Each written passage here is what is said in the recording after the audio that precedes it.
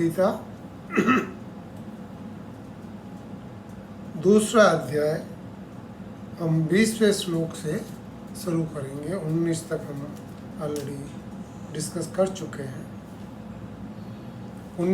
20वां श्लोक।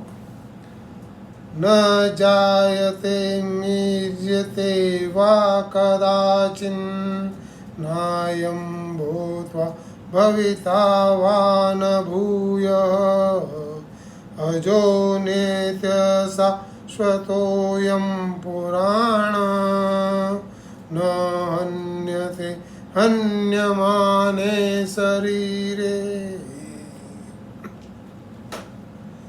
जिसका पिछले श्लोक में जिक्र हो रहा था, शरीरी नायम हन्ति न हन्यते, उसी के बारे में आगे बात कर रहे हैं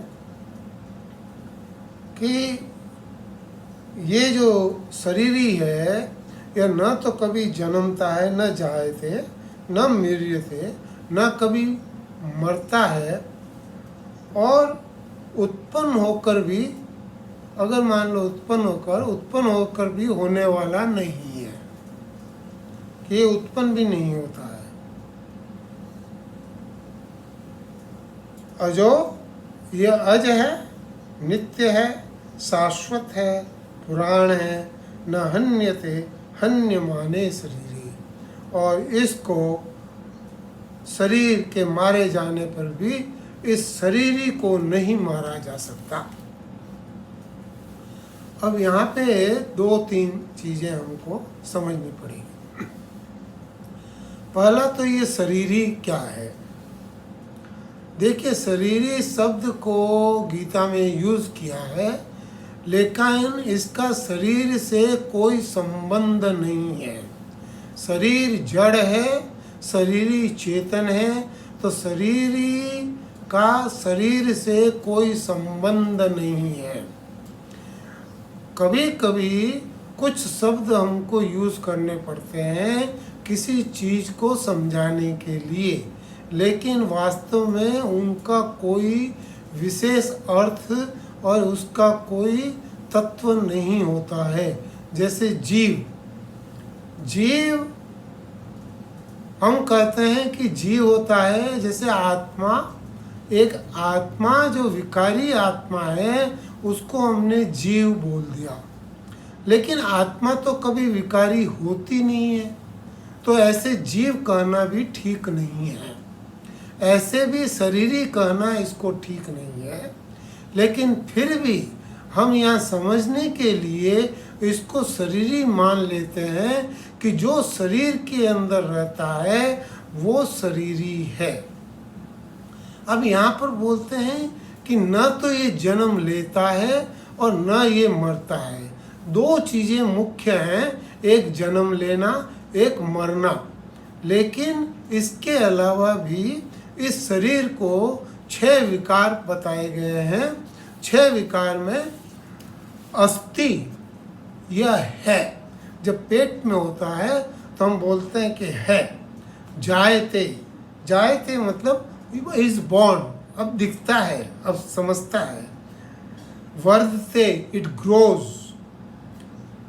विप्रणीते, इट मैच्योर्स। अपशीयते, डीकेज, इसका डीके होता है। विनश्यति, डाइज। ये हर एक के अंदर होता है। ये शरीर के लिए भी होता है, पेड़ पौधों के लिए भी होता है, जानवरों के लिए भी होता है, सबके लिए होता है। जब जैसे पेड़ है, इस बीज की स्थिति में होता है तो हम बोलते हैं कि ये चना है। जब वो उग जाता है तो उसकी अभी चना नहीं है, लेकिन उन पत्तियों को भी, उनकी डालियों को भी हम बोलते हैं कि ये चने की खेती है। वर्धते, इट ग्रोज, एंड उसके अंदर फिर इट मैच्योर्स, चना बन जाता है। उसके बाद में it decays and it dies. So ये जो 6 विकार हैं, ये 6 विकार हर प्राणी में, हर चीज में होता है, भले वो चर हो अचर हो, उनके अंदर ये 6 विकार होते हैं। यहाँ पर बोला है नायम भूत्वा भविता वा न भूय, यह उत्पन्न होकर भी उत्पन्न होने वाला नहीं है। ऐसे दिखता है लेकिन ऐसा है नहीं। कैसे? कि यह अज है। अज का मतलब है कि ये नित्य है, पुराना है। ये अज है, इसका मतलब ये है, इसका कहीं ये जन्म रहित है। अज का मतलब ये जन्म रहित है, ये नित्य है, ये हमेशा रहता है, हमेशा। मतलब इसके अंदर कोई बदलाव नहीं आता है। नित्य का मतलब इसमें कोई चीज बदलती नहीं है, ये हमेशा नित्य जैसा था वैसा का वैसा रहता है। शाश्वतो, ये शाश्वत है, पहले भी था, अभी भी है और आगे भी रहेगा। ये इसके अंदर बताया है क्योंकि इसका कहीं मृत्यु नहीं है, ये शाश्वत है। पुराण, ये पुराण है, पुराना है, ये बहुत पुराना है।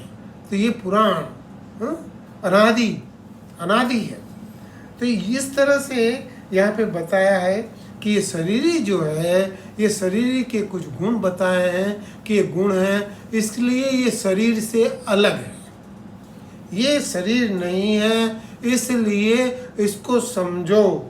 न हन्यते हन्य माने शरीरे, अगर इसको तुम समझते हो तो न तो इसको मारा जा सकता है और न ही ये मारे जाने जैसा है।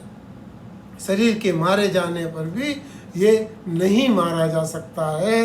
ये जो बात है ये सिर्फ सनातन धर्म में है।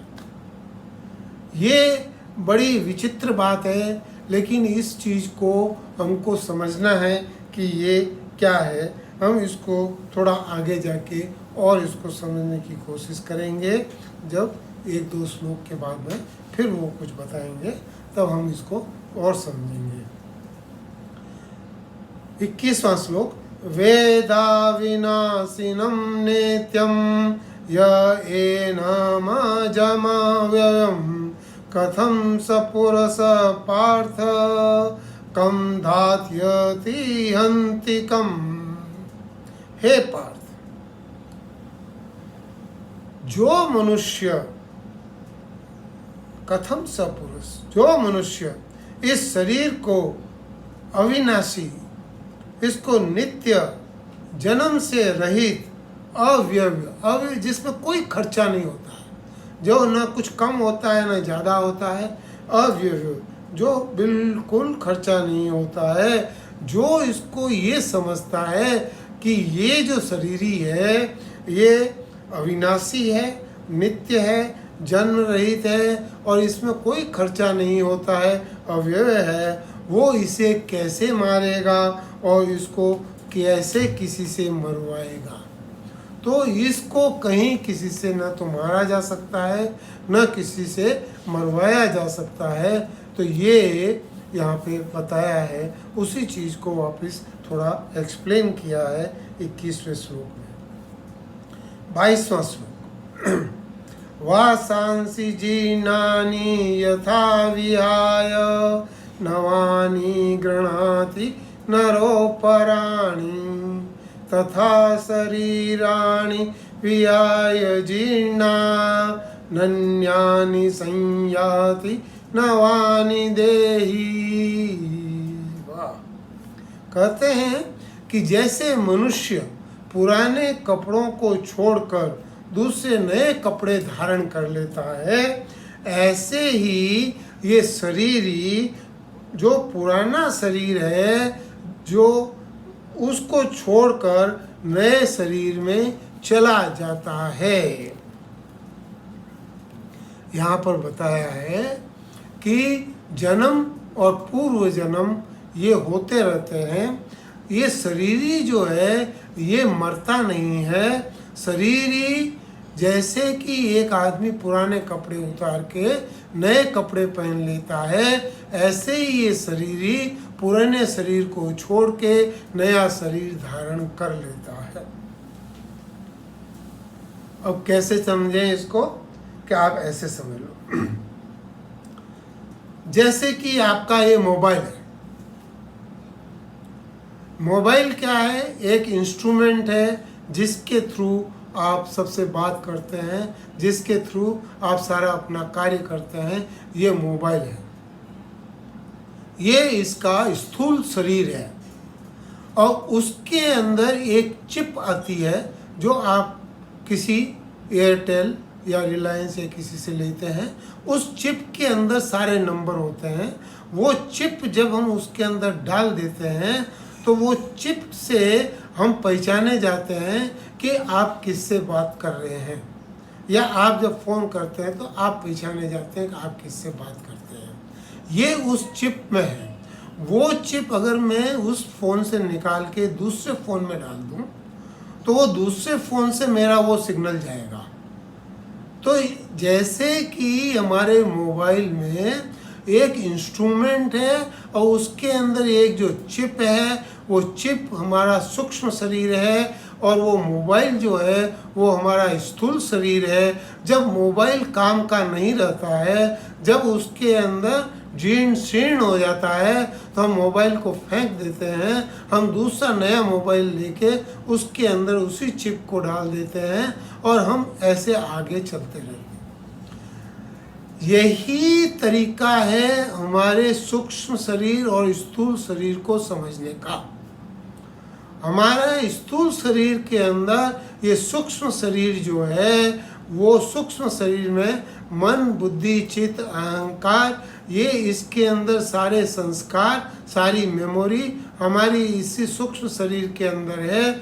जब हमारा शरीर पुराना हो जाता है, जब इसको छोड़ने का समय आता है, तो ये सूक्ष्म शरीर निकल के बाहर चला जाता है और फिर ये कहीं जाके दूसरे शरीर के अंदर चला जाता है। दूसरा इंस्ट्रूमेंट इसको मिल जाता है और दूसरे इंस्ट्रूमेंट से फिर वापस वही जन्म मरण का चक्कर चलता रहता है। तो यहाँ पे यही चीज़ बताई है कि वासांसी जीर्णानि यथा व्याहे नवानि गृह्णाति नरो पराणि।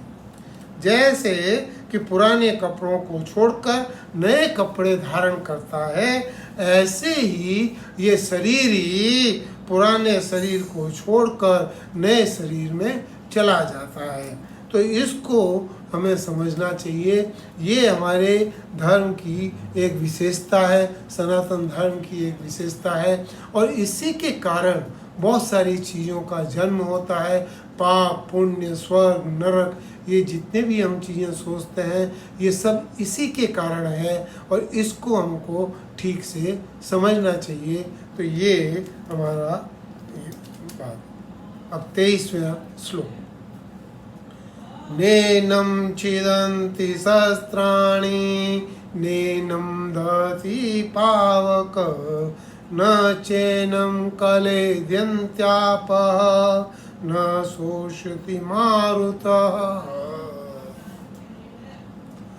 अब भगवान बताते हैं कि शस्त्र इसको काट नहीं सकता। आप तलवार से इसको शरीर को नहीं काट सकते, शरीर को काट सकते, शरीर को नहीं काट सकते। अग्नि इसको जला नहीं सकती, ये अग्नि में जल नहीं सकता। जल इसको गीला नहीं कर सकता और वायु इसको सुखा नहीं सकती, क्योंकि इसमें पंचभूत का कुछ भी नहीं है। ये पंचभूत का इसमें कुछ है ही नहीं, तो पंचभूत इसको कुछ भी नहीं कर सकते। शस्त्र, वापस पूरी, शस्त्र इस शरीर को काट नहीं सकते, अग्नि इसको जला नहीं सकती, जल इसको गीला कर नहीं सकता, वायु इसको सुखा नहीं सकती।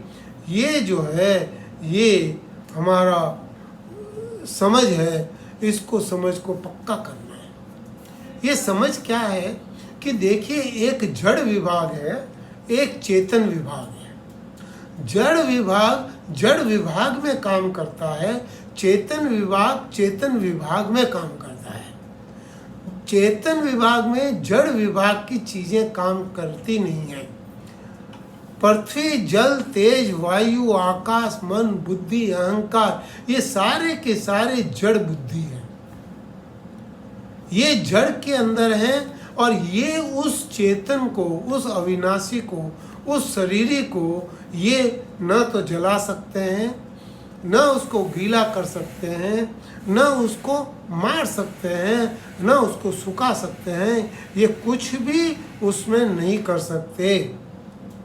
आगे 24वां श्लोक इसी चीज को फिर कंफर्म करता है।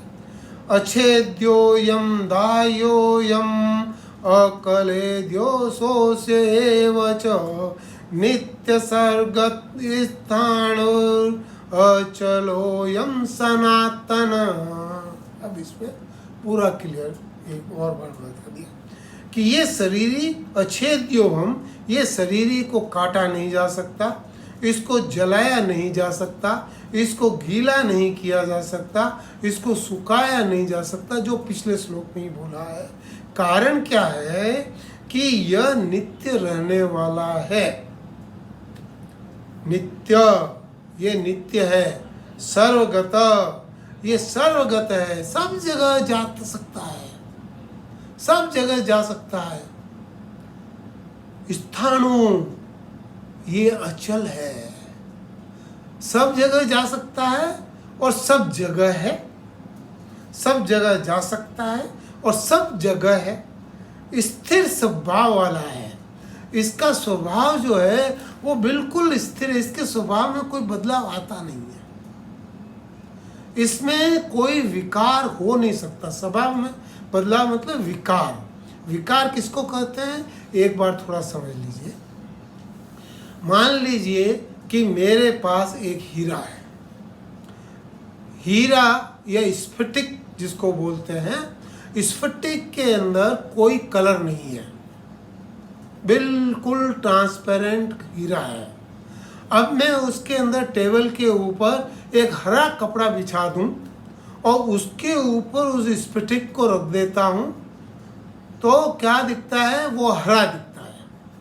अगर मैं लाल कपड़ा बिछा दूं तो वो लाल दिखता है, अगर मैं पीला कपड़ा बिछा दूं तो पीला दिखता है।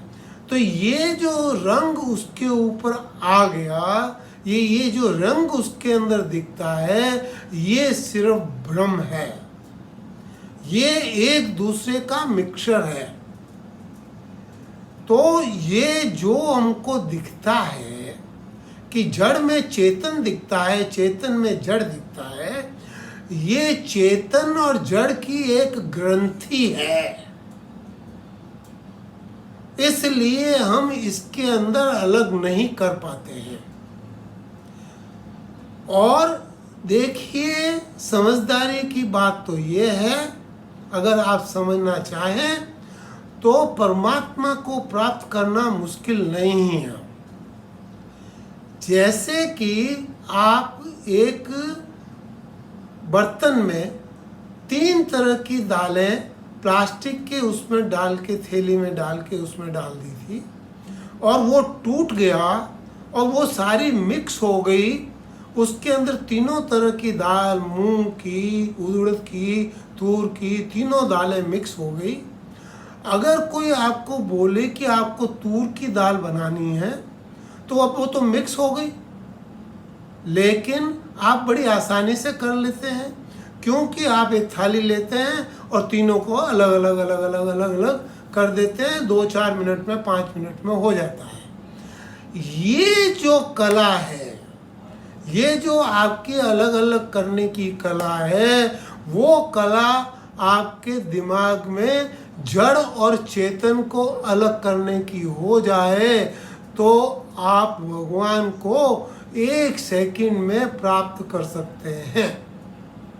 आपको इवन मतलब कि घोड़े के ऊपर चढ़ने के लिए जितना टाइम चाहिए, उस टाइम से भी कम में आप कर सकते हैं।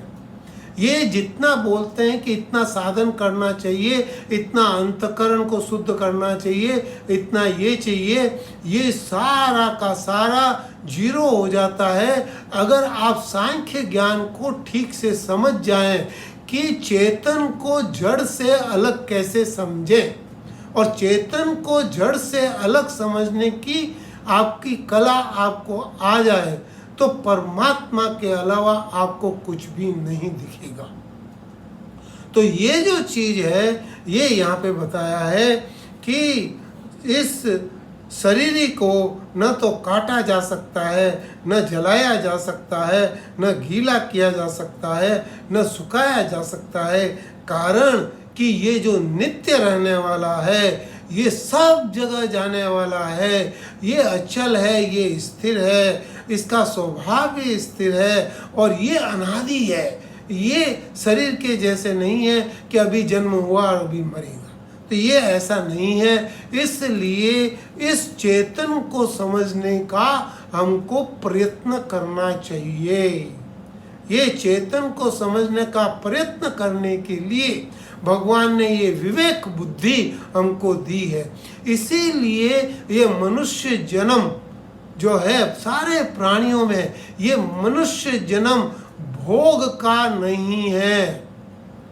ये मनुष्य जन्म भोग का नहीं है। ये परमात्मा को प्राप्त करने के लिए आपको दिया गया है। वरना सारे के सारी प्राणी ये सारे भोग में, विलास में वो हैं, लेकिन ये भोग योनि नहीं है। ये भोग योनि नहीं है, ये आपको अपने कल्याण की योनि है। और कल्याण की योनि यहाँ पर यही है कि चैतन्य को पहचान जाए, चैतन्य को जान जाए। तो चैतन्य को जानने के लिए ही ये सारी चीज़ें कही गई है। इसको हमको बहुत ही डिटेल में हमको समझना है, बहुत अच्छी तरह से हमको समझना है। ये हम और इनके आगे के जो श्लोक हैं उन श्लोक में हम समझने का प्रयत्न करेंगे।